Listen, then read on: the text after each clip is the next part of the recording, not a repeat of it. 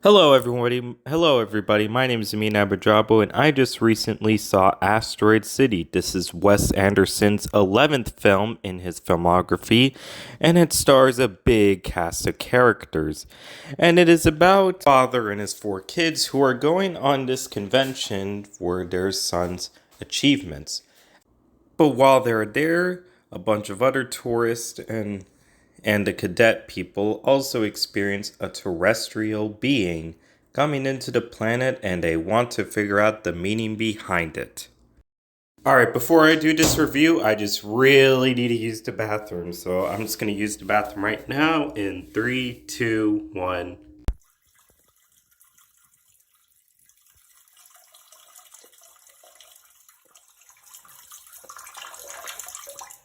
I'm a big Wes Anderson fan, so I knew I was going to enjoy this film myself and I was excited to see the movie. I only saw the trailer once, and from what I gathered from the trailer, it was going to be very character focused.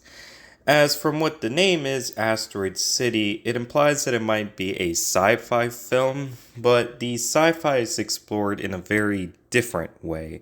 Not exactly in the traditional way that you may have seen other terrestrial alien sci-fi movies explore the sci-fi realm before. This movie explores in a more philosophical way why things are happening and what do they mean.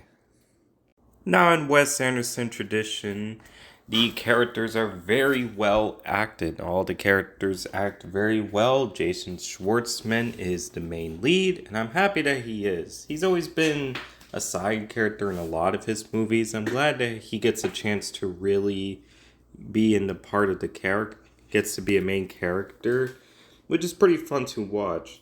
I also really have to say that the other kid that was part of the main lead, Jake Ryan, he was also pretty good in this movie. I didn't know much about him, but it was really cool to see him. It was also cool seeing Steve Carell on the big screen again. It was pretty cool seeing him, and he also does a great job. There's just a whole big cast in this movie, and they're all utilized very well. I especially appreciate how Bryan Cranston is utilized in this movie. It's pretty cool to see him, other than... Dad, I want skating lessons. Son, you know, once you start, there's no going back. I know. This means total commitment. Once you begin the path, there is no leaving the path. Are you sure you're ready for that?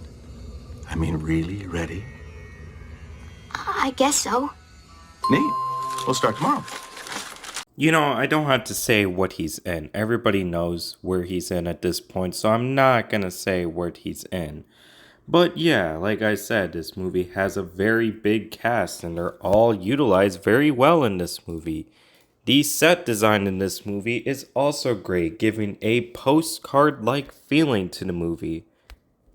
It's a pretty nice aesthetic for the most part, how it's well looked.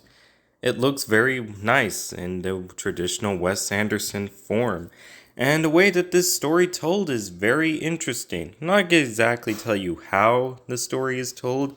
I think it's much more surprise since the trailer doesn't really show that. But it's very well told in the best way possible. Like I said, this movie is very character focused. But in terms of the plot, while there is that sci-fi element in the movie, like I said, this movie isn't really a sci-fi movie, which is kind of one of the issues I have with this movie. Although I like the way that the sci-fi is discovered in this movie, like how it is explored, it's explored in a more philosophical way as to why it's happening. But there's not enough of that sci-fi element to really consider it one, which is kind of one of the things that makes this film weak in my opinion. And I had to walk out during the theater, which a couple walked out. I guess they didn't think this was the kind of sci-fi movie that they were going to go see, which I can understand why a few people may not like this movie as much. But other than that, it's still a great, well-made film. that explores everything pretty well.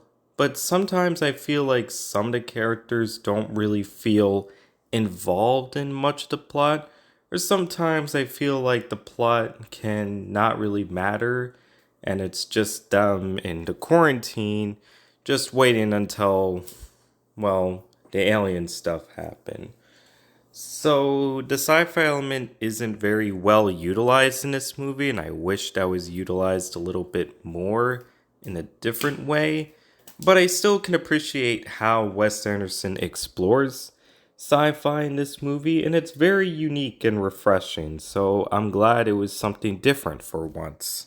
Now, a lot of people like to say that a lot of his films all feel similar and have a similar feel, but to me, I never really feel that way. A lot of them. A lot of them may have similar feelings, but every film feels different in its own way, and this movie is no exception to that. This movie doesn't really have much of a score. There's sometimes music, but most of the time it can be pretty quiet, which makes the movie feel more immersive into the setting being an empty desert land. It kind of made me feel in the setting just how empty everything is and how isolated you feel. It makes it makes you feel for the characters even more feeling for how they're isolated in the city. The movie is also pretty funny. I laughed quite a few times in this movie. There's a lot of comedy and it's pretty fast and quick. I really love how great the comedy is. The comedy may not be for everyone or people may not catch it, but I think it was a pretty funny film to watch. It made me laugh quite a few times, and that was pretty good. There is one moment where the film uses stop motion animation, and it is very well utilized in this film. I would say that the stop motion animation really worked in this film than one of his other films that used it, The Life Aquatic with Steve Zissou. It just looked really ugly and fake, and it made me kind of ugh the way how it looked in The Life Aquatic.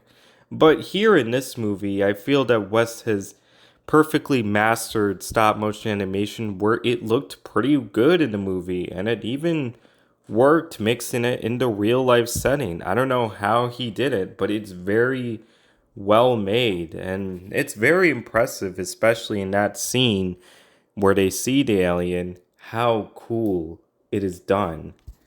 Like every other Wes Anderson movie, his style is perfected in this film. The cinematography is great, and the way everything is filmed is great. The sets are great, everything is symmetrical in a very really good way, and it's just the usual Wes Anderson symmetrical style that he has. It's all very great and works very well. I love it, and it's very great.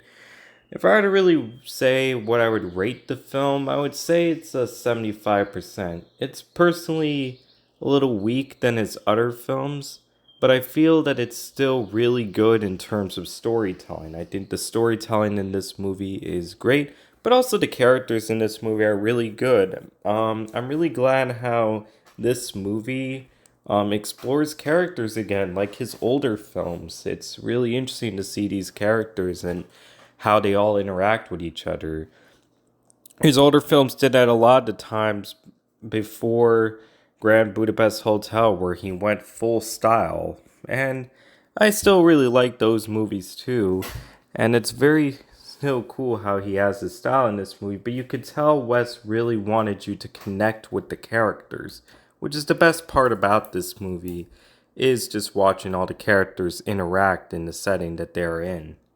In general, if you want something to see, go see Asteroid City. It's a pretty decent film. You'll have a good time.